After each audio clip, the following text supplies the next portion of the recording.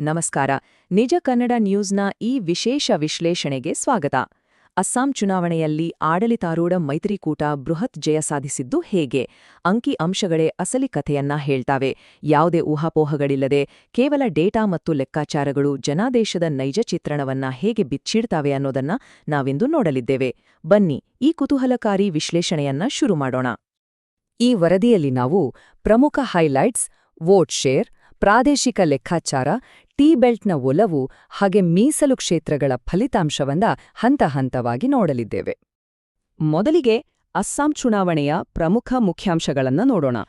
ಈ ಗೆಲುವಿನ ಪ್ರಮಾಣ ಎಷ್ಟಿದೆ ಅನ್ನೋದು ನಿಜಕ್ಕೂ ಅಚ್ಚರಿ ಮೂಡಿಸುವಂತಿದೆ. 102.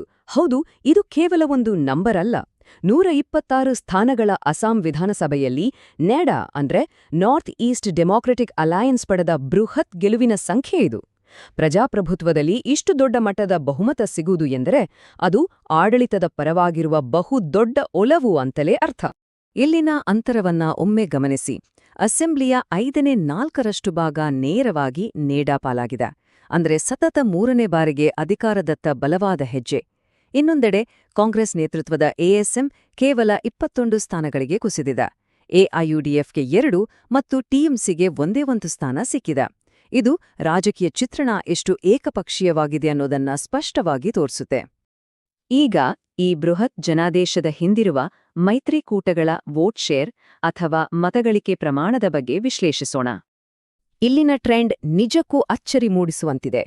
ನೀಡಾ ತನ್ನ ಒಟ್ಟು ಮತಗಳಿಕೆಯನ್ನ 3.76 ಪಾಯಿಂಟ್ಗಳಷ್ಟು ಹೆಚ್ಚಿಸಿಕೊಂಡು ಬರೋಬ್ಬರಿ 48.27%ಗೆ ತಲುಪಿದೆ. ಬಹುತೇಕ ಅರ್ಧದಷ್ಟು ಮತದಾರರ ಬೆಂಬಲ ಇದು. ಆದರೆ ವಿರೋಧ ಪಕ್ಷಗಳ ಮೈತ್ರಿಕೂಟ ಎಎಸ್ಎಂ ಬರೋಬ್ಬರಿ 8.1 ಪಾಯಿಂಟ್ಗಳಷ್ಟು ತೀವ್ರ ಕುಸಿತ ಕಂಡು 35.41%ಗೆ ಇಳಿದಿದೆ. ಚುನಾವಣಾ ರಾಜಕೀಯದಲ್ಲಿ 8.1% ಕುಸಿತ ಎಂದ್ರೆ ಮತದಾರರ ಒಲವು ಎಷ್ಟು ಬದಲಾಗಿದೆ ಅನ್ನೋದು ಅರ್ಥವಾಗತ್ತೆ. ಕೇವಲ ಸ್ಪರ್ಧಿಸಿದ ಸ್ಥಾನಗಳನ್ನ ಮಾತ್ರ ಲೆಕ್ಕಕ್ಕೆ ತೆಗೆದುಕೊಂಡ್ರೆ ಈ ಅಂತರ ಮತ್ತಷ್ಟು ಬೆರಗುಗೊಳಿಸುತ್ತೆ. ಬಿಜೆಪಿ ತಾನು ಸ್ಪರ್ಧಿಸಿದ 90 ಸ್ಥಾನಗಳಲ್ಲಿ 82ನ ಗೆದ್ಕೊಂಡಿದೆ. ಆ ಕ್ಷೇತ್ರಗಳಲ್ಲಿ ಅದರ ವೋಟ್ ಶೇರ್ ಬರೋಬ್ಬರಿ 9.24 ಪಾಯಿಂಟ್ಸ್ ಏರಿಕೆಯಾಗಿ 54.95%ಗೆ ತಲುಪಿದೆ. ಅಂದರೆ ಅರ್ಧಕ್ಕಿಂತ ಹೆಚ್ಚು ಜನ ನೇರವಾಗಿ ಬಿಜೆಪಿಗೆ ಮತ ಹಾಕಿದ್ದಾರೆ. ಅದರ ಕಾಂಗ್ರೆಸ್ ತಾನು ಸ್ಪರ್ಧಿಸಿದ ಸ್ಥಾನಗಳಲ್ಲಿ 37.22% ಮತಗಳನ್ನಷ್ಟೇ ಪಡೆದು ಸ್ಪರ್ಧಾತ್ಮಕತೆಯಲ್ಲೂ ಸಾಕಷ್ಟು ಹಿಂದೆ ಬಿದ್ದಿದೆ.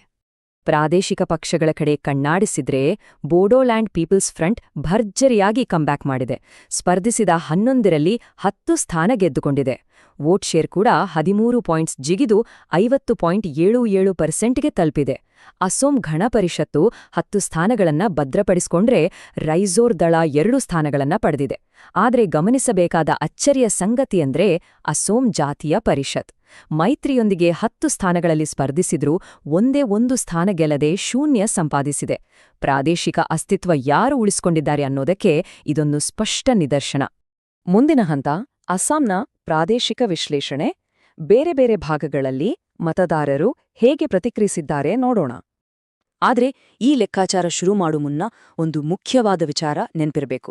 2023ರ ಕ್ಷೇತ್ರ ಮರುವಿಂಗಡಣೆ ಅಥವಾ ಡಿಲಿಮಿಟೇಷನ್ ಅಸ್ಸಾಂನ ಚುನಾವಣಾ ನಕ್ಷೆಯನ್ನೇ ಮೂಲಭೂತವಾಗಿ ಬದಲಾಯಿಸಿದೆ. ಮುಸ್ಲಿಂ ಮತದಾರರು ಕಡಿಮೆ ಕ್ಷೇತ್ರಗಳಿಗೆ ಸೀಮಿತವಾಗಿದ್ದಾರೆ. ಹೀಗಾಗಿ 2021ರ ಚುನಾವಣೆಯ ಜೊತೆ ನಿಖರವಾದ ಸೀಟು ಟು ಸೀಟು ಹೋಲಿಕೆ ಮಾಡೋದು ಈಗ ಸಾಧ್ಯವಿಲ್ಲ. ಈ ಅಂಕಿಅಂಶಗಳನ್ನ ಗಮನಿಸಿ. ಇದೊಂದು ವಿಚಿತ್ರ ವಿರೋಧಾಭಾಸ. ಇದನ್ನ ಬರಾಟ್ ವ್ಯಾಲಿ ಪ್ಯಾರಾಡಾಕ್ಸ್ ಅಂತಲೇ ಕರೆಯಬಹುದು. ಇಲ್ಲಿ ಒಟ್ಟು ವೋಟ್ ಶೇರ್ನಲ್ಲಿ ಎಎಸ್ಎಂ 40.60% ಪಡೆದು ನೆಡಾಗಿಂತ ಮುಂದಿದೆ. ನೆಡಾ ಪಡೆದದ್ದು ಕೇವಲ 36.36%. ಆದರೆ ಅಸಲಿ ಮ್ಯಾಜಿಕ್ ಇರೋದು ಸೀಟ್ಗಳ ಲೆಕ್ಕದಲ್ಲಿ.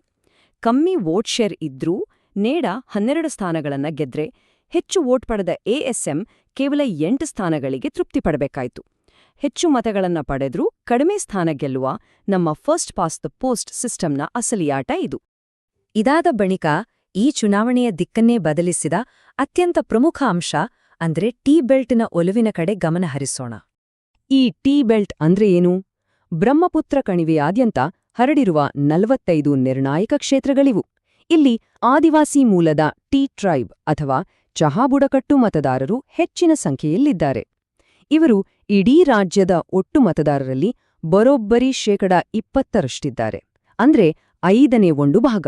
ಇಷ್ಟು ದೊಡ್ಡ ಗುಂಪು ಒಂದೇ ಕಡೆ ವಾಲಿದ್ರೆ ಇಡೀ ಚುನಾವಣೆಯ ಗತಿಯೇ ಬದಲಾಗುತ್ತೆ ಅಲ್ವಾ?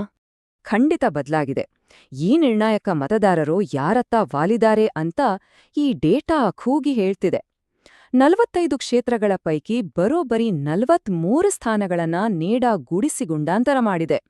ಉಳಿದ ಎಲ್ಲಾ ಪಕ್ಷಗಳು ಸ್ವತಂತ್ರರು ಸೇರಿ ಪಡೆದಿದ್ದು ಕೇವಲ 2 ಸ್ಥಾನ. ಇದು ಕೇವಲ ಗೆಲುವಲ್ಲ, ಆ ನಿರ್ದಿಷ್ಟ ಸಮುದಾಯದ ಮೇಲೆ ಸಾಧಿಸಿದ ಸಂಪೂರ್ಣ ಹಿಡಿತ. ಕೊನೆಯದಾಗಿ ಮೀಸಲು ಕ್ಷೇತ್ರಗಳ ಫಲಿತಾಂಶ. ಇದು ನೀಡಾದ ಬೃಹತ್ ಗೆಲುವಿನ ಇನ್ನೊಂದು ಮುಖವನ್ನ ತೋರಿಸುತ್ತೆ. ಟಿ ಬೆಲ್ಟ್ನಲ್ಲಿ ಕಂಡ ಅದೇ ಟ್ರೆಂಡ್ ಮೀಸಲು ಕ್ಷೇತ್ರಗಳಲ್ಲೂ ರಿಪೀಟ್ ಆಗಿದೆ. ಒಟ್ಟು 24 ಎಸ್ಸಿ ಮತ್ತು ಎಸ್ಟಿ ಮೀಸಲು ಕ್ಷೇತ್ರಗಳ ಪೈಕಿ ನೇಡ ಬರೋಬ್ಬರಿ 21 ಸ್ಥಾನಗಳನ್ನ ತನ್ನದಾಗಿಸಿಕೊಂಡಿದೆ.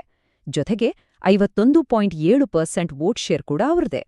ಅಂದರೆ ಮೀಸಲು ಕ್ಷೇತ್ರಗಳ ಬಹುಪಾಲು ಮತದಾರರು ಆಡಳಿತಾರೂಢರ ಕೈ ಹಿಡಿದಿದ್ದಾರೆ. ಇದಕ್ಕೆ ಪ್ರತ್ಯಾಗಿ ಎಎಸ್ಎಂ ಗೆದ್ದಿದ್ದು ಕೇವಲ 2 ಸ್ಥಾನ, ವೋಟ್ ಶೇರ್ 31.4%. ವಿರೋಧ ಪಕ್ಷಗಳು ತಳಮಟ್ಟದಲ್ಲಿ ಎದುರಿಸುತ್ತಿರುವ ಸಂಘಟನಾತ್ಮಕ ಸವಾಲು ಇಲ್ಲಿ ಸ್ಪಷ್ಟವಾಗಿ ಗೋಚರಿಸುತ್ತೆ. ಒಟ್ಟಾರೆ ಹೇಳೋದಾದರೆ ಪ್ರಮುಖ ಪ್ರದೇಶಗಳಲ್ಲಿ ಪ್ರಾಬಲ್ಯ, ಟಿ ಬೆಲ್ಟ್ನ ಬಹುತೇಕ ಕ್ಲೀನ್ ಸ್ವೀಪ್ ಮತ್ತು ಮೀಸಲು ಕ್ಷೇತ್ರಗಳಿನ ನಿರ್ಣಾಯಕ ಗೆಲುವು ಇವೆಲ್ಲವೂ ಎನ್ಡಿಪಿಯಿಂದ ಅಸಾಧಾರಣ ಬಲವನ್ನ ಸಾಬೀತುಪಡಿಸಿವೆ. ವಿರೋಧ ಪಕ್ಷಗಳ ವೋಟ್ ಶೇರ್ ಕುಸಿತ ಈ ಡೇಟಾದಲ್ಲಿ ಎದ್ದು ಕಾಣ್ತಿದೆ. ನಿಜ ಕನ್ನಡ ನ್ಯೂಸ್ನ ಈ ವಸ್ತುನಿಷ್ಠ ವರದಿ ನಮ್ಮ ಮುಂದೆ ಒಂದು ದೊಡ್ಡ ಪ್ರಶ್ನೆಯನ್ನ ಇಡುತ್ತೆ. ಇಂತಹ ಪ್ರಬಲ ಅಲೆಯೆದುರು ಅಸ್ಸಾಂನಲ್ಲಿ ವಿರೋಧ ಪಕ್ಷಗಳ ಮುಂದಿನ ಭವಿಷ್ಯವೇನು? ಕಳೆದುಕೊಂಡಿರುವ ಈ ಬೃಹತ್ ಮತದಾರರ ನೆಲೆಯನ್ನ ಅವರು ಮರಳಿ ಪಡೆಯಲು ಸಾಧ್ಯವೇ? ಯೋಚಿಸಬೇಕಾದ ವಿಚಾರ. ಮತ್ತೊಂದು ಆಳವಾದ ವಿಶ್ಲೇಷಣೆಯೊಂದಿಗೆ ಮತ್ತೆ ಸಿಗೋಣ. ನಮಸ್ಕಾರ.